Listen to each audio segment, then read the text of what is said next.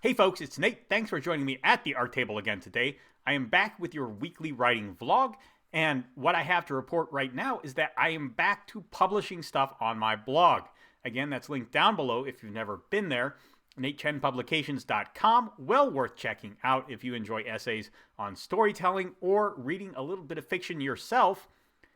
What I have for you this week is the proud report that I am done with the essays that I have written for this go around. I just finished reading A Fistful of Demons, which is a short story collection I intend to review as one of my upcoming posts. And that was the last thing that I really needed to knock out. So I have a total of 8 different essays, not including, I believe, the afterwords that I just published for the Gospel According to Earth. That gives me about 2 months to work on upcoming projects and get stuff squared away for that. So what upcoming projects am I working on? Well, the big one right now is A Candle in the Wind, which is the official title of my next Roy Harper adventure. This one is going to feature Roy going to a small seaside town called Rikers Cove, and he is going to help the people there deal with a wanted man.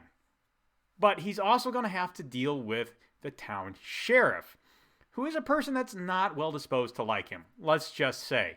Not because they've met before, but because of where they have stood in previous conflicts. Again, we'll get more details on that as time goes forward. I am very excited about Candle in the Wind.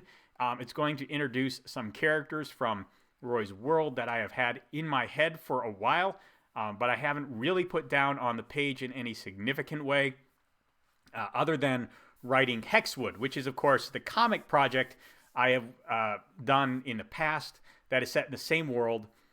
Hexwood is, unfortunately, continually pushed to the back burner as I work on various stuff.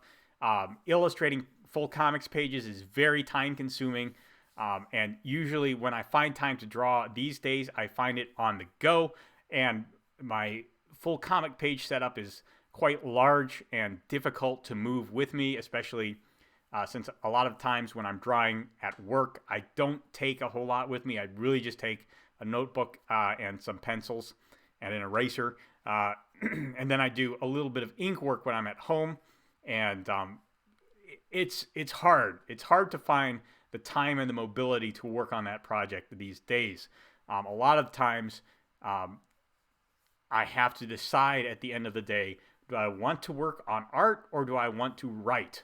And these days I have really been leaning towards writing. We'll see if I start leaning back towards art anytime soon. But this is one of those things that I just play by ear. I would like to finish Hexwood and refinish Hexwood. It really needs a lot of work, I think, before it's ready for another run past the public. So I'm working on that, but it is not my highest priority right now. That is actually probably getting Burning Bright ready and out to the publisher. More on that in another vlog. I haven't made a great deal of progress on that, other than I am getting all my ducks lined up to send the manuscript out to my next round of beta readers. So that is where we stand. Now that all of those blog posts are done, I really hope to hit that hard this week. My hope is that the next time I record one of these vlogs, I will be able to tell you that I have sent the manuscript out to beta readers. We'll see. Other writing stuff. I am working on the outline for The Savior in the Sewers now, which is the follow-up to Burning Bright. Basically, every time I get burned out working on editing, I flip over to that outline and I try and write out at least a couple of bullet points. I think The Savior in the Sewers is going to be longer than Burning Bright, but not by much. Burning Bright is about 60,000 words. I think Savior is going to be about 75, maybe just 70. We'll see. I'm doing something a little bit more ambitious with this one. I chose to make Burning Bright on the short side, short and sweet, very deliberately, so that people could read it quickly and decide whether they like the world and the kind of stories that I'm looking to tell. Savior in the Sewers will get a little bit deeper into the world building. It has to, of course, span the 2 books. It has to make the connections. And part of the length of the book is just it going to be doing that.